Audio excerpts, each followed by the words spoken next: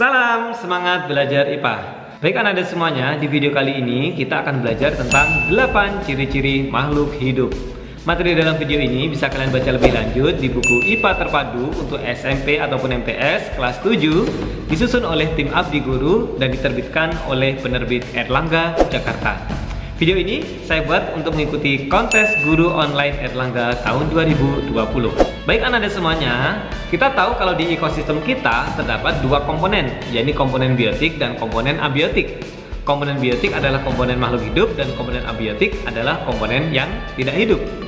Untuk menentukan mana yang komponen biotik, komponen biotik memiliki 8 ciri-ciri yang akan kita bahas sebagai berikut. Yang pertama adalah bernafas.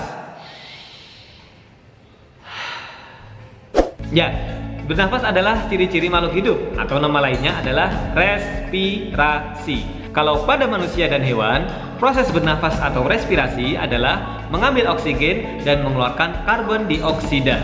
Akan tetapi pada tumbuhan atau plantae, proses bernafas adalah mengambil karbon dioksida dan mengeluarkan oksigen. Yang kedua adalah peka terhadap rangsang atau iritabilitas. Iritabilitas adalah kemampuan makhluk hidup untuk menanggapi rangsang yang datang dari luar makhluk hidup tersebut. Ciri yang ketiga adalah bergerak.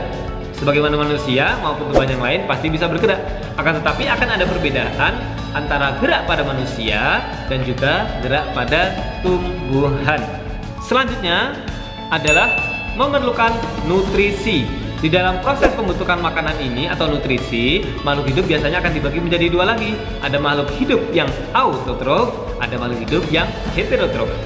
Autotrof adalah makhluk hidup yang bisa menghasilkan makanan sendiri, dan heterotrof adalah makhluk hidup yang tidak bisa membuat makanannya sendiri. Ciri-ciri yang kelima adalah ekskresi atau mengeluarkan zat sisa. Setiap makhluk hidup pasti melaksanakan sistem metabolisme dengan sistemnya masing-masing.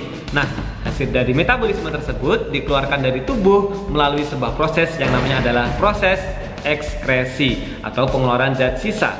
Jadi ciri-ciri yang keenam adalah tumbuh dan berkembang. Tumbuh dan berkembang itu dua hal yang berbeda. Tumbuh adalah proses bertambahnya massa atau volume makhluk hidup dan bersifat irreversibel. Irreversibel adalah sifat untuk tidak bisa kembali lagi ke bentuk asal. Sedangkan perkembangan adalah proses makhluk hidup untuk mencapai kedewasaan, berhubungan dengan sifat, genetik, dan juga yang lainnya. Ciri-ciri yang ketujuh adalah reproduksi atau menghasilkan keturunan. Reproduksi pada makhluk hidup bertujuan untuk menghasilkan keturunan sehingga keturunan dari makhluk hidup tersebut tidak akan punah. Yang kedelapan adalah adaptasi, yaitu penyesuaian diri terhadap lingkungan. Setiap makhluk hidup, apabila lingkungan yang ditinggali terdapat berbagai perubahan, maka makhluk hidup itu akan cenderung untuk melakukan penyesuaian terhadap kondisi habitatnya. Jadi itu ya, 8 ciri-ciri makhluk hidup yang harus kalian ingat. Kita recap. Yang pertama, respirasi atau proses bernafas. Yang kedua, iritabilitas atau proses peka terhadap rangsang. Yang ketiga adalah bergerak. Yang keempat, memerlukan nutrisi.